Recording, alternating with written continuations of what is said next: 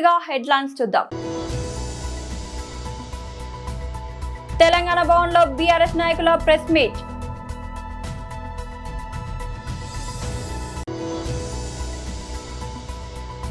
TTD మాజీ chairman YSRCP రాష్ట్ర అధికారిక ప్రతినిధి భూమన కరుణాకర్ రెడ్డి ప్రెస్ మీట్.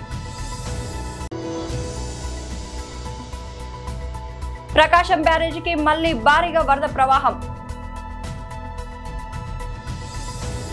తెలంగాణ భవన్లో బీఆర్ఎస్ నాయకులు ప్రెస్ మీట్. రేవంత్ రెడ్డి గారు ఇప్పటి వరకు వీడియో కాన్ఫరెన్స్ కానీ ప్రత్యక్షమైనటువంటి విజిటింగ్ కానీ ముఖ్యమంత్రితో పాటు మంత్రులు అధికార పార్టీ శాసనసభ్యులు పత్తా లేకుండా ఇళ్ళకే పరిమితమైన వేలాది మంది ప్రజలు ఇవాళ ఉండడానికి గూడు లేక తిండి తిప్పలకు ఇబ్బందులు పడుతున్నటువంటి ఈ సందర్భంగా ప్రభుత్వ స్పందన సిగ్గుచేటు. ఏమాత్రం స్పందించకపోగా కలెక్టర్లు కూడా క్షేత్రస్థాయిలో ఎక్కడ కూడా వాళ్ళు అవుపడేటువంటి పరిస్థితి లేదు. ప్రతి పనికి కూడా కాంగ్రెస్ పార్టీ ప్రభుత్వం వచ్చిన తర్వాత పోలీసుల ద్వారా పనులు చేసేటువంటి అలవాటునటువంటి కాంగ్రెస్ ప్రభుత్వము ఇప్పుడు పోలీసులను కూడా వాడేటువంటి పరిస్థితి లేదు. ఇది వెంటనే తగు సహాయక చర్యలు చేపట్టాలని మా బీఆర్ఎస్ శ్రేణులు ఇప్పటికే క్షేత్రస్థాయిలో మా వర్కింగ్ ప్రెసిడెంట్ కేటీఆర్ గారు, అదేవిధంగా మా మాజీ మంత్రివర్యులు హరీష్ రావు గారు ఇప్పటికే క్షేత్రస్థాయిలో మా శాసనసభ్యులు, మాజీ శాసనసభ్యులు, అనేక మంది బీఆర్ఎస్ నేతలు అంతటా కూడా ప్రజలకు సంబంధించినటువంటి సహాయక చర్యల్లో పాల్గొంటున్నారు. కాంగ్రెస్ పార్టీ మాత్రం దున్నపోతు మీద వర్షం పడ్డట్టే ప్రవర్తిస్తూ ఉన్నది. ఇది సరైనది కాదు. ముఖ్యంగా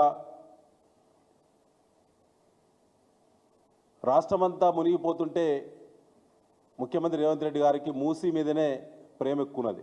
మూసీ గురించే మళ్ళీ సమీక్షలు జరుపుతూ సమయాన్ని వృధా చేస్తూ ఉన్నారు. దీన్ని ప్రజలు కూడా గమనించాలని చెప్పి కోరుతా ఉన్నాం. ముఖ్యంగా ఈరోజు మన రాష్ట్రంలో ఉండబడిన రైతులు పంటలు మునిగిపోయినాయి. లక్షల ఎకరాల్లో పంట నష్టం జరిగింది. రైతులు పండించినటువంటి ధాన్యాన్ని మాత్రం టెండర్ల రూపంలో అమ్ముకొని గ్లోబల్ టెండర్ల పేరు మీద 1100 కోట్ల రూపాయలు మెక్కినటువంటి ముఖ్యమంత్రి రేవంత్ రెడ్డి కానీ, సివిల్ సప్లైస్ మంత్రి కానీ, అధికార పార్టీ ఎమ్మెల్యేలు కానీ రైతులు కష్టపడి పండించినటువంటి ధాన్యాన్ని అమ్ముకొని మెక్కిలు కానీ ఇలా రైతులు భారీ వర్షాల కారణంగా దెబ్బతినేటువంటి పంటలను కాపాడేటువంటి ప్రయత్నం మాత్రం చేయటం లేదు. యూరియా కోసం రైతులు క్యూ లైన్లో నిలబడి 70-80 సంవత్సరాలు దాటినటువంటి వృద్ధులతో పాటు స్కూల్ విద్యార్థులు కూడా యూనిఫామ్ వేసుకొని ఇలా క్యూ లైన్లో అర్ధరాత్రి 2 గంటల నుంచి కూడా క్యూ లైన్లో నిలబడ్డా ఒక్క యూరియా బస్తా దొరకని దుస్థితికి కాంగ్రెస్ పార్టీ తీసుకొచ్చింది తెలంగాణ రైతాంగాన్ని. యూరియా సమస్య ఇంకా పెరుగుతుంది, కొరత ఉందని చెప్పి స్వయంగా ప్రభుత్వమే ప్రకటించడం, వ్యవసాయ శాఖ మంత్రి ప్రకటించడం అంటే ప్రభుత్వం విఫలమైనట్టే. దానికి పూర్తి బాధ్యత ముఖ్యమంత్రి రేవంత్ రెడ్డి, వ్యవసాయ శాఖ మంత్రి తుమ్మల నాగేశ్వరరావు గారు బాధ్యత వహించి రాజీనామా పెట్టాలి. టీటీడీ మాజీ చైర్మన్ వైఎస్ఆర్సీపీ రాష్ట్ర అధికార ప్రతినిధి భూమన కరుణాకర్ రెడ్డి ప్రెస్ మీట్. టీటీడీ ల్యాండ్ను ఎందుకు బదలాయిస్తున్నారు అన్నటువంటి ప్రశ్నకు ఆయన సరైనటువంటి సమాధానం ఇవ్వనే లేదు. దానికి కూడా అన్ని కోట్లు అంటాడు, ఇన్ని కోట్లు అంటాడు అని నా మీద చాలా ఎక్కువగా మాట్లాడారు. ఇప్పుడు కూడా మళ్ళీ చెప్తున్నటువంటిది నేనదే, మీరు ఒక విభజన గీత గీసేసి ఉత్తరం వైపున చాలా పవిత్రమైనటువంటిది, దాని ఎదురుగా ఉన్నటువంటి దక్షిణం వైపున అదేదో పనికిమాలినటువంటి టీటీడీ ల్యాండ్గా చిత్రీకరించడానికి ప్రయత్నం చేస్తున్నారు అన్నటువంటిది నా విమర్శ. ఎదురుగా ఉన్న ఆ స్థలంలో వెంకటేశ్వర స్వామి వలన, ఆయన కృప వలన, దయ వలన దాక్షిణ్యం వలనే లక్షలాది మందికి నేత్రదానం జరగటానికి ఆయన ఇచ్చినటువంటి స్థలమే కారణము. అలాగే వేల మంది క్యాన్సర్ రోగుల ఆరోగ్యాన్ని కుదట పడటానికి అక్కడ టాటా క్యాన్సర్ ఇన్స్టిట్యూట్ స్వామివారి దయ వలనే స్వామి స్థలమే వాళ్లకు ఇచ్చినారు అన్నటువంటి విషయం. ఈ వైపున అరవిందో హాస్పిటల్, ఆ వైపున క్యాన్సర్ హాస్పిటల్, అటు తర్వాత ముందున రూయా హాస్పిటల్. దాదాపు 70 సంవత్సరాలుగా తిరుపతి రాయలసీమకే తలమానికంగా వాళ్ళు చేస్తున్నటువంటి సేవ, తద్వారా కోట్లాది మంది అనారోగులందరూ కూడా రోగులుగా మారింది. అది కూడా టీటీడీ స్థలమే. మధ్యలో వేద విశ్వవిద్యాలయము, అది టీటీడీదే. భారతీయ విద్యాభవన్ ద్వారా అత్యంత ప్రతిష్టాత్మకమైనటువంటి చదువు నేర్పిస్తున్నటువంటి పాఠశాల, అది కూడా టీటీడీదే. ఇలాంటి సంస్థలు ఉన్న చోట మీరు ఎయిర్పోర్టు దగ్గరో ఎక్కడో ఇవ్వకుండా 25 ఎకరాల స్థలాన్ని, అత్యంత విలువైనటువంటి స్థలాన్ని ఎలా ఆ ఒబరాయ్ హోటల్ వాళ్లకు ఇవ్వటానికి టూరిజం వాళ్లకు ఎందుకు ఇస్తున్నారు అన్నటువంటి ప్రశ్నకు ఆయన ఒక్క సమాధానం కూడా చెప్పలా. అదే కాకుండా ఆ రోజున నేను ఎత్తినటువంటి ప్రశ్న, అంతే కూడా కాదండి, ఆ 20 ఎకరాలే కాదు సుమా, మీరు చెబుతున్నటువంటి ఆ ఉత్తరం వైపునే ఇప్పటికీ కూడా టూరిజం వాళ్లకు సంబంధించిన ప్రాంతీయ కార్యాలయం ఉంది. అక్కడ వాళ్ళు నడుపుతున్నటువంటి హోటల్ మేనేజ్మెంట్ కాలేజీ ఉంది. అక్కడ టూరిజం వాళ్ల బస్టాండ్ ఉంది. అది దాదాపు 50 ఎకరాలకు పైగా ఉంది. పక్కన వెంకటేశ్వర యూనివర్సిటీ ఇంజనీరింగ్ కాలేజీకి సంబంధించిన 15 ఎకరాలు స్థలము కూడా ఉంది. మీరు దాన్ని కూడా వెంకటేశ్వర స్వామి టీటీడీ తీసుకోవాల్సిన అవసరం ఉంది కదా అన్నటువంటి ప్రశ్నకు ఒక్క సమాధానం కూడా ఇవ్వకుండా ఆయన మాట్లాడినటువంటి మాటలు, ఆ దూషణ భూషణ పర్వాలు ఒక టీటీడీ అధ్యక్షుడిగా ఉండి ఆయన మాట్లాడినటువంటి మాటలన్నీ కూడా తీవ్రమైన అభ్యంతరకరమైన పదాలు. తెలుగు రాష్ట్రాల్లో వర్షాలు విస్తారంగా కురుస్తున్నాయి. దీని ఫలితంగా వాగులు, వంకలు ఉధృతంగా ప్రవహిస్తున్నాయి. ఎగువ ప్రాంతాల్లో ఇటీవల కురిసిన భారీ వర్షాలకు ఇరు తెలుగు రాష్ట్రాల్లోని నీటి ప్రాజెక్టులకు భారీగా వరద నీరు వచ్చి చేరింది. ప్రాజెక్టులు జలకలను సంతరించుకోవడంతో గేట్లు ఎత్తి దిగువకు నీటిని విడుదల చేస్తున్నారు. వరద నీటితో కృష్ణా, గోదావరి నదులు ఉరకెలెత్తుతూ సముద్రంలో కలుస్తున్నాయి. వారం రోజుల క్రితం ధవళేశ్వరం నుంచి 10 లక్షల క్యూసెక్లకు పైగా గోదావరి వరద నీరు, ప్రకాశం బ్యారేజ్ నుంచి సుమారు 5 లక్షల క్యూసెక్లను పైగా కృష్ణా నది వరద నీరు సముద్రంలో కలిసింది. ఆ తర్వాత కృష్ణా, గోదావరి నదుల్లో వరద ప్రభావం తగ్గింది. అయితే మళ్లీ 2 రోజులుగా భారీ వర్షాలు కురుస్తుండటంతో కృష్ణా, గోదావరి నదులకు వరద ప్రవాహం పెరుగుతోంది. ఈ క్రమంలో విజయవాడ, ప్రకాశం బ్యారేజ్కి వరద ప్రవాహం క్రమంగా పెరుగుతోంది. ప్రస్తుతం బ్యారేజ్లోకి 3,13,354 క్యూసెక్ల నీరు వచ్చి చేరుతున్నట్లు అధికారులు తెలిపారు. దీంతో 69 గేట్లను పూర్తిగా ఎత్తి మొత్తం నీటిని కృష్ణా నదిలోకి దిగువగా దిశగా విడుదల చేస్తున్నారు.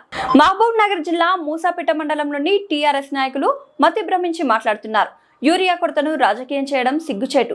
టీఆర్ఎస్ నాయకులు మండలంలో యూరియా కొరత లేకున్నా స్వార్థపూరిత రాజకీయాల లబ్ధి కోసం కొరత ఉందని మండల కాంగ్రెస్ పార్టీ అధ్యక్షుడు చిట్టి చంద్రశేఖర్ అన్నారు. మూసాపేట మండల కేంద్రంలో ఏర్పాటు చేసిన విలేకరుల సమావేశంలో ఆయన మాట్లాడారు. టీఆర్ఎస్ పనిపాట లేకుండా నాయకులు మతి భ్రమించి పిచ్చోలుగా మాట్లాడడం తగదన్నారు.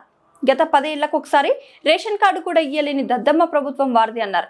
కాంగ్రెస్ పార్టీ ప్రభుత్వం అధికారంలోకి వచ్చాక అర్హులైన ప్రతి ఒక్కరికి రేషన్ కార్డులు, ఇందిరమ్మ ఇండ్లు ఇవ్వడం జరిగిందన్నారు. వారు అధికారంలో ఉన్నప్పుడు పోలీస్ అధికార యంత్రాంగాన్ని తమ పావులుగా వాడుకొని అక్రమంగా ఇసుక, నల్లమట్టిని దోచుకున్న దొంగలన్నారు.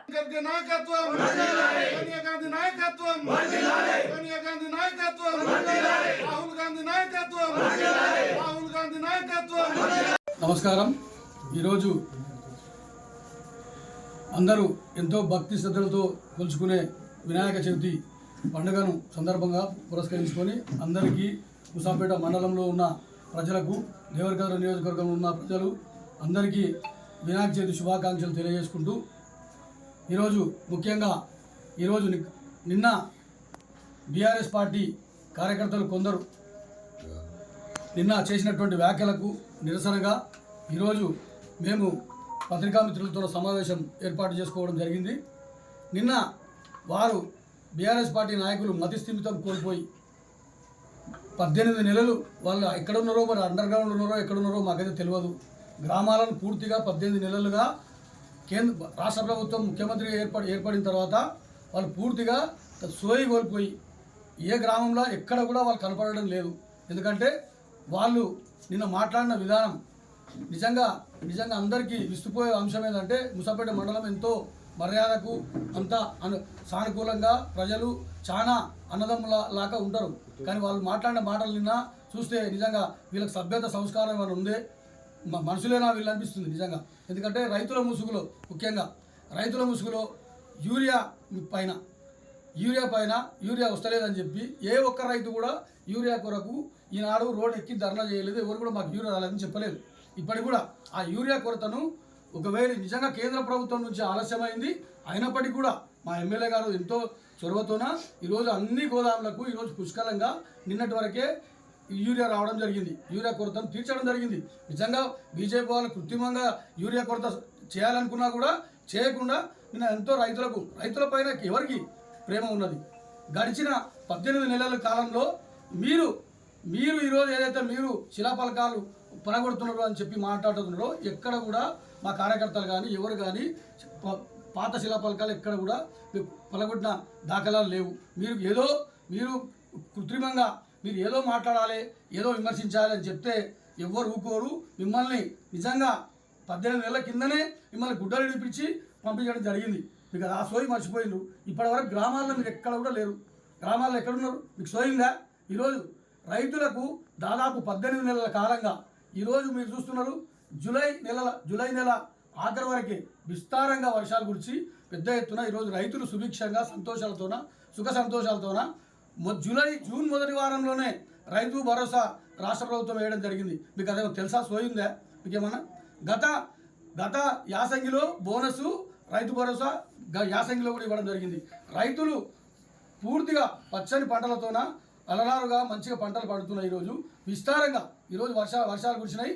పెద్ద ఎత్తున ఎక్కడెక్కడ చిలకలు ఏదైతే చిలక పొలాలను కూడా పెద్ద ఎత్తున వ్యవసాయం చేసుకుంటూ ఈరోజు ఎప్పుడు లేని రికార్డు స్థాయిలో ముసాపేట మండలంలో సాగు విస్తీర్ణం, వరి పంట విస్తీర్ణం పెరగడం జరిగింది. ఇదంతా మీకు కళ్ళ కనిపిస్తలేదా? ఈరోజు గ్రామాల్లో మీరు ఎక్కడన్నా ఉండి గత 18 నెలలుగా మా ఎమ్మెల్యే గారు పెద్ద ఎత్తున ప్రతి గ్రామం నిద్ర పోకుండా 18 గంటల పాటు పనిచేసుకుంటా మీ ఎమ్మెల్యే దాకా పండుకోలే. ఎక్కడ కూడా మీ గత మాజీ ఎమ్మెల్యే గారు చేసిన దాష్టికాలు, దౌర్జన్యాలు బయటికి తీస్తున్నాం. మీరు చేసినటువంటి భూ కబ్జా, చెరువును కబ్జా చేయడం జరిగింది, అవి కూడా తీస్తున్నాం.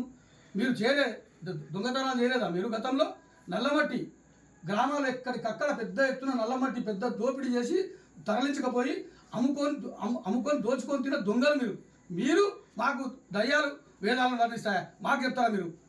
మేము ఎప్పుడు గడిచిన 2 సంవత్సరాల నుంచి అంతకుముందు మీ హయాంలో కూడా మేము గెలిచినాం, మేము మీతో పోరాడినాం, మళ్ళీ మా పార్టీ అధికారంలో తెచ్చుకున్నాం. అంతకుముందు 10 సంవత్సరాలు కూడా మేము పరిపాలన చేసినాం. ఇక్కడ మామూలుగా లేము. దాదాపు రాజశేఖర రెడ్డి 2006 సంవత్సరం రాజశేఖర రెడ్డి గారు ఉన్నప్పటి నుంచి కూడా మేము సంక్షేమ పథకాలు ప్రజల్లో ఉన్నాం. ఎప్పుడు కూడా 18 నెలలుగా మీరు పట్టాలే కూడా పోయినారు. మీరు ఏ గ్రామంలో చెప్పండి, రాండి. రోమ్ నగర్ తగలబడుతుంటే నీరో చక్రవర్తి ఫిడెల్ వాయించినట్టు ఉంది రేవంత్ రెడ్డి వ్యవహారం. భారీ వర్షాల వల్ల కామారెడ్డి పట్టణానికి రోడ్డు మార్గం లేకుండా పోయింది. మరో 4 రోజులు వరుసగా వర్షాలు పడతాయని హెచ్చరికలు వస్తుంటే రేవంత్ రెడ్డి ఒలింపిక్స్ గురించి, మూసీ సుందరీకరణ గురించి సమావేశాలు పెట్టడం హాస్యాస్పదమని కేటీఆర్ అన్నారు. శ్రీగాధం మీద నుంచి పోదామని అనుకుంటే ఇక్కడ కూడా దోమకొండ చెరువు తెగిపోయి ఈ రాకపోకలు ఇటువైపు నుంచి కూడా మొత్తం స్తంభించిపోయిన పరిస్థితి. అంటే దాదాపుగా ఇవాళ కామారెడ్డి పట్టణానికి ఆకాశ మార్గం ద్వారా తప్ప రోడ్డు మార్గం ద్వారా పోయే పరిస్థితి ఈరోజు ఈ నిమిషానికి లేదు. అంత ఉధృతంగా ఒకవైపు పలంచవాగు, మరొకవైపు కుడలివాగు, ఇంకోవైపు మానేరు, మొత్తంగా చాలా పెద్ద ఎత్తున ఈ వరదల విపత్తు ఇవాళ రాష్ట్రానికి వచ్చింది. ఇంకా రాబోయే 4 రోజుల పాటు వర్షాలు విస్తారంగా కురుస్తాయని చెప్పి కూడా వాతావరణ శాఖ చెప్తా ఉంది.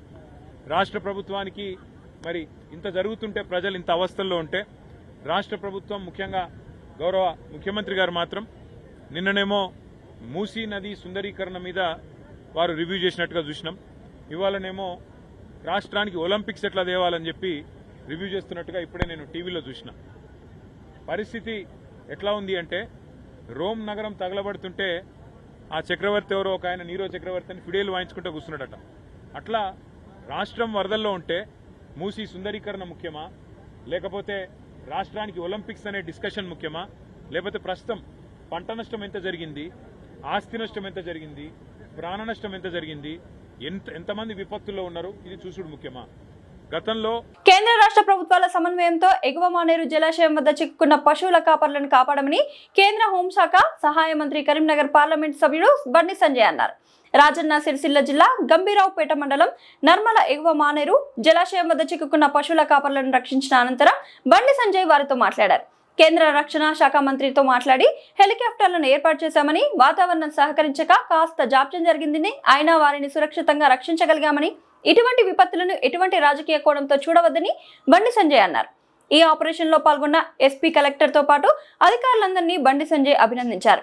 ప్రభుత్వ వీప్ వేములవాడ ఎమ్మెల్యే ఆది శ్రీనివాస్ మాట్లాడుతూ ముఖ్యమంత్రి ఆదేశాలతో ఇక్కడ జలాశయం వద్ద ఉండి పరిస్థితులను సమీక్షిస్తున్నట్లు, బాధితులకు అన్ని రకాల ప్రాథమిక చికిత్సలు చేయించేందుకు వెళ్తున్నట్టుగా చెప్పారు. గల్లంతైన కుటుంబానికి రాష్ట్ర ప్రభుత్వం తరపున అన్ని రకాల సహాయ సహకారాలు అందిస్తామని అన్నారు.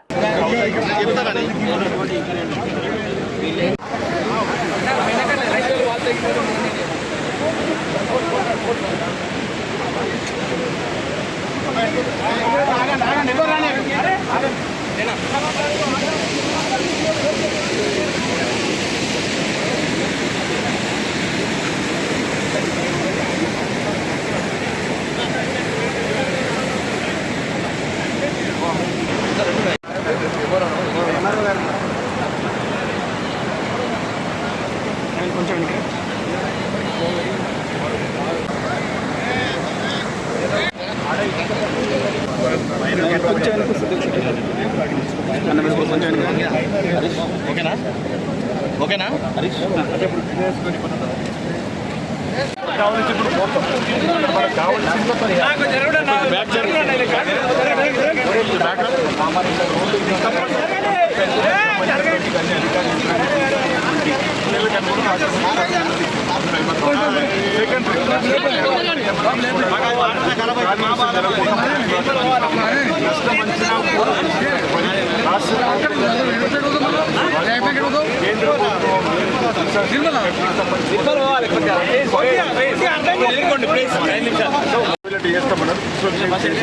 మాట్లాడడం జరిగింది.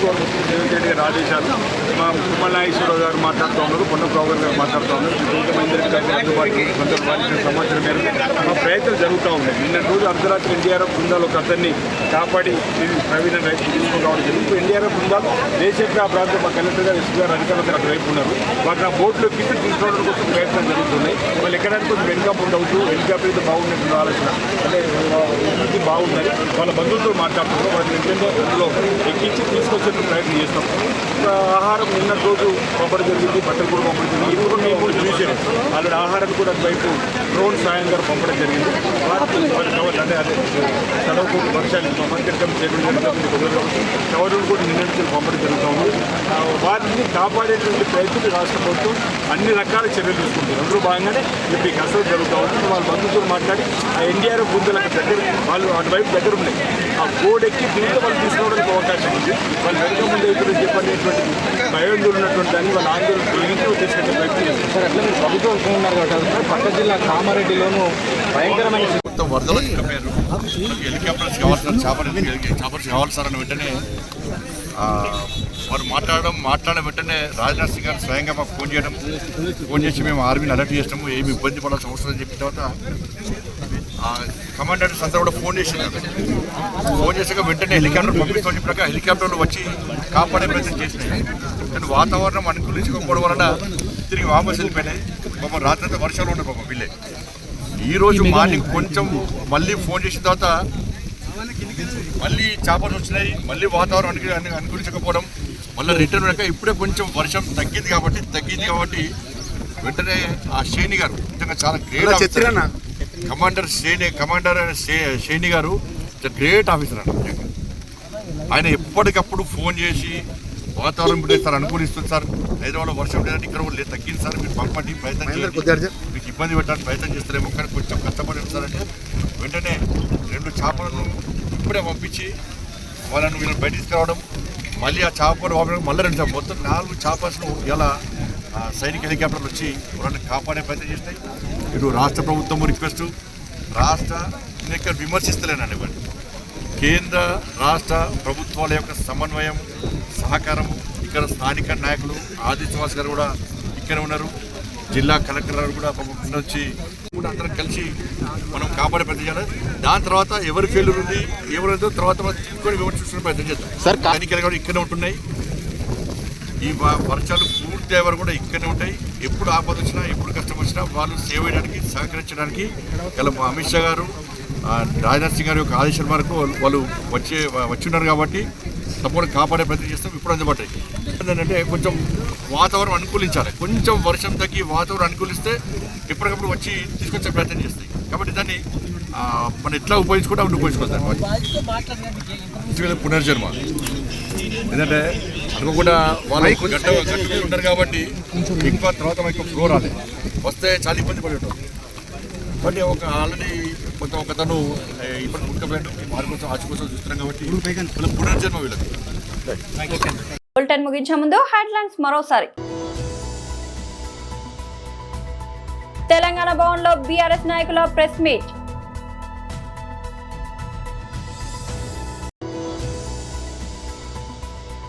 టీటీడీ మాజీ చైర్మన్ వైఎస్ఆర్సీపీ రాష్ట్ర అధికారిక ప్రతినిధి భూమన కరుణాకర్ రెడ్డి ప్రెస్ మీట్. ప్రకాశం బ్యారేజీకి మళ్లీ భారీగా వరద ప్రవాహం. ఇది ఇవాల్టి బులెటిన్ అప్డేట్స్. మరో బులెటిన్లో మళ్ళీ కలుద్దాం.